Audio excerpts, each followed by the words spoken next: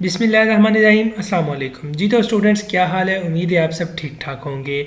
अभी हम लोग ब्लॉक 1 का स्टेशन नंबर 11 करने लगे हैं। ये स्टेशन फिजियोलॉजी के वाइवा के रिलेटेड है।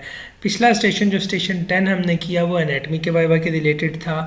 जिस तरह उस स्टेशन के 16 नंबर थे उसी तरह फिजियोलॉजी के भी इस स्टेशन के 16 नंबर हैं।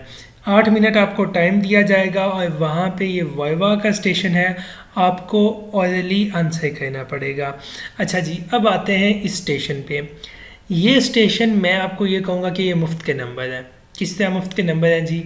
पहले हम लोग जब फिजियोलॉजी का वाइवा देते थे, पूरी बुक आपने तैयार करनी होती थी, उसमें से आपका वाइवा होता था।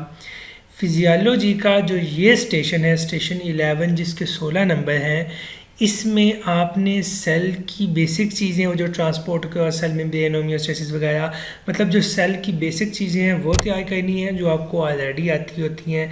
जिन्होंने थ्योरी की तैयारी की है उनके लिए वो कोई मुश्किल नहीं है। प्लस जो ब्लड वाला चैप्टर है, मतलब अगर मैं दूसरे अल्फाज में कहूँ तो अगर आप ब्लड का चैप्टर सही तरह करके जाते हैं तो ये जो स्टेशन है, स्टेशन 11, इसमें के 16 में से 16 नंबर आपको मिल जाएंगे। मतलब ऑस्पी में से पास होना बहुत ज़्यादा आसान है अगर आप एक सिस्टेमिक वे में इसको लेके चलते हैं।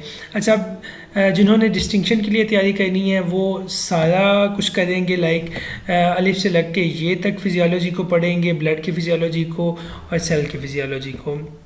उसके अलावा जो अच्छे नंबर लेने के लिए तैयारी कर रहे हैं वो लोग ये जो टॉपिक्स मैंने यहाँ पे दिए हुए हैं, चंद एक टॉपिक्स, इनको बहुत अच्छी तरह करेंगे।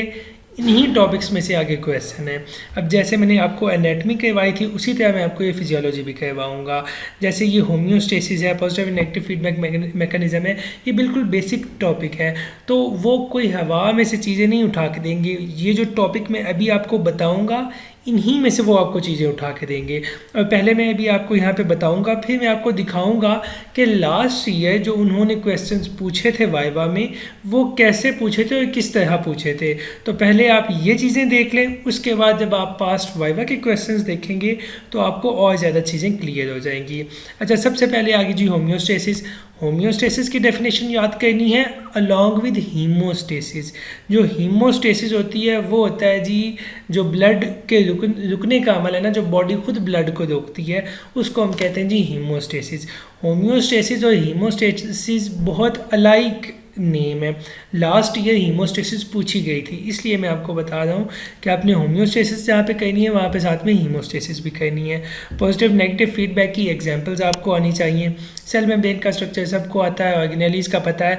उसके अलावा ये जो है ना एक्सोसाइटोसिस, एंडोसाइटोसिस और पिनोसाइटोसिस, ये आपने बहुत अच्छी तरह करनी है। जो ट्रांसपोर्ट वगैरह होती है वो आप लोगों ने कर लेनी है।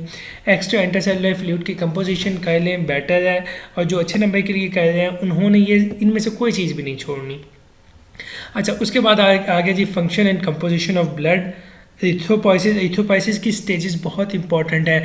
आपको पता होना चाहिए कि एरिथ्रोपाइसिस की जो वो आगे स्टेजेस है ना वो कौन कौन सी हैं, वो वहाँ पे आपसे पूछेंगे। अच्छा, इसके अलावा हीमोग्लोबिन की जो टाइप्स हैं उनका आपको पता होना चाहिए, नॉर्मल टाइप्स, अब नॉर्मल टाइप्स, ब्लड इंडिसेस, उनके फार्मूलाज।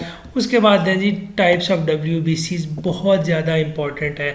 आगे जाके मैं आपको दिखाऊँगा कि WBCs की टाइप्स कौन सी हैं, किस तरह इसमें से उन्होंने क्वेश्चंस पूछे थे, ल्यूकीमियाज वगैरह, लिम्फोमाज एंड ऑल दैट, वो सारा चक्कर भी यहाँ पे आपने साथ साथ याद करना है।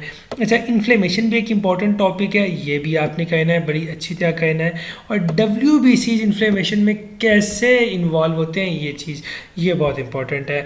ब्लड ग्रुप की टाइप्स अगर आप लोगों ने पहले कर ली हैं जब हमने प्रैक्टिकल्स किए थे, दैट इज़ वंडरफुल। उसके अलावा ये देखिए लैंडस्टेनर्स लॉ, वहाँ पे जब हम प्रैक्टिकल्स कर रहे थे तो मैंने आपको लैंडस्टेनर्स लॉ के मतलब बताया था कि ये पूछा जाता है। तो अब देखिए, अब यहाँ पे हम लोग वो लैंडस्टेनर्स लॉ भी कर रहे हैं। मतलब जब आप एज अ होल अपनी तैयारी कंप्लीट करके जाएंगे ऑस्पी की तो इंशाल्लाह आपका कोई एक स्टेशन भी नहीं रहेगा। अच्छा, सिंपैथेटिक पैरासिम्पैथेटिक नर्वस सिस्टम और एडिनर्जिक कोलिनर्जिक की चैप्टर्स इंपॉर्टेंट हैं। उसके बाद ये ब्लड का के रिलेटेड जो दूसरा टॉपिक है ना अनीमिया वाला, ये बहुत इंपॉर्टेंट है। आपको पता होना चाहिए अनीमिया की डेफिनेशन क्या है, अनीमिया किस किस तरह का होता है। और जो पिछले टॉपिक्स हैं उनमें मैंने बड़े डिटेल में आप लोगों को सब कुछ बताया हुआ है। अच्छा, उसके अलावा symptoms of anaemia, polycythaemia, platelets, formation of platelet plug and haemostasis. अब यहाँ पे आ जाती है जी आपकी हीमोस्टेसिस, तो ये आपने याद करके जाना है। ये मैंने मेंशन भी यहाँ पे किया हुआ है, होम्योस्टेसिस वर्सेस हीमोस्टेसिस, तो ये आपने लाजमन याद करनी है। अच्छा, उसके बाद आ जाते हैं जी क्लॉटिंग फैक्टर्स। अब जो क्लॉटिंग फैक्टर्स हैं उनके नाम आपको आने चाहिए। नाम कौन से नाम? वो जो एक टेबल बना हुआ है उसमें आगे वो किसमिस फैक्टर, इस तरह के जो नाम है वो आपने लाजमन याद करने हैं। इंट्रिंसिक और एक्सट्रिंसिक पाथवे आपको आना चाहिए अलॉन्ग विद देयर एग्जाम्पल्स। ठीक है, एग्जाम्पल्स आपको लाजमी आनी चाहिए इंट्रिंसिक और एक्सट्रिंसिक पाथवे की, बहुत इंपॉर्टेंट है। और why coagulation does not occur inside a vessel, coagulation vessel के अंदर क्यों नहीं होती ये आपको पता होना चाहिए जी। विटामिन के डिपेंडेंट क्लॉटिंग फैक्टर्स, मतलब एज अ होल ये जो चीज़ें आपको पता होनी चाहिए। उसके बाद इम्यूनिटी वाला पोर्शन आ जाता है जिसमें वो इननेट और ह्यूमरल इम्यूनिटी आ जाती है, antibodies, complement system, complement pathway बहुत इंपॉर्टेंट है, active passive immunity, ABO blood group system, ये सारी चीज़ें। तो ये सारी चीज़ें आप लोगों ने देख लेनी है। अच्छा, अब हम क्विकली देख लेते हैं जी पास्ट वाइवा में कौन कौन से क्वेश्चन आए थे, कैसे आए थे जी। अच्छा, अब वो देखते हैं जी, ये आ जाते हैं नीचे हम इस पर। अच्छा, अब आप लोगों ने देखते रहना है।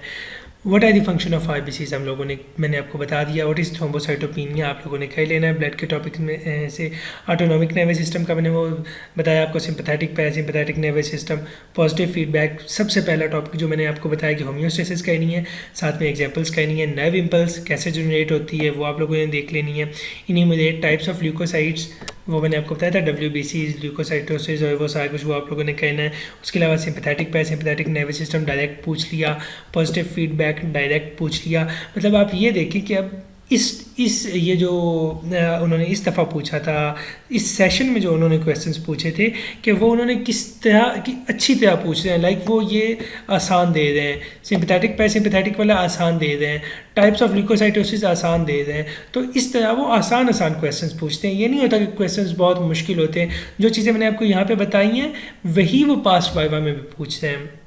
अच्छा, आप देखिए यहाँ पे डायरेक्ट अनीमिया उन्होंने पूछ लिया। अब जो जिस बंदे ने बेसिक चीज़ें की हुई हैं जो मैंने बताई हैं, तो उसका वो कैसे फेल हो सकता है या कैसे उसके 16 नंबर नहीं आ सकते। देखें जी, अनीमिया मैंने बताया था उन्होंने पूछा हुआ है, प्रोसेस ऑफ पिनोसाइटोसिस पूछा हुआ जी, ब्लड इनकम्पेटिबिलिटी काजेज एग्लूटिनेशन कैसे होती जी, वो मैंने आपको बता दिया था आखिर पे। अच्छा, IBC प्रोडक्शन किस तरह रेगुलेट होती है, difference between cell mediated and humoral immunity मैंने आपको बता दिया। सिंपैथेटिक पैरासिम्पैथेटिक बार बार वो लोग पूछ रहे हैं, पहले भी उन्होंने पूछा हुआ था, मैंने आपको बताया हुआ है, लिस्ट में इंक्लूडेड है। Different types of T cells, sodium potassium pump, simple facilitated diffusion, sympathetic parasympathetic, characteristics of WBC, features of macrocytic anaemia. ठीक है जी, जब आपने एनीमियाज कहने हैं तो ये आपने मैक्रोसाइटिक माइक्रोसाइटिक एनीमिया कहना है।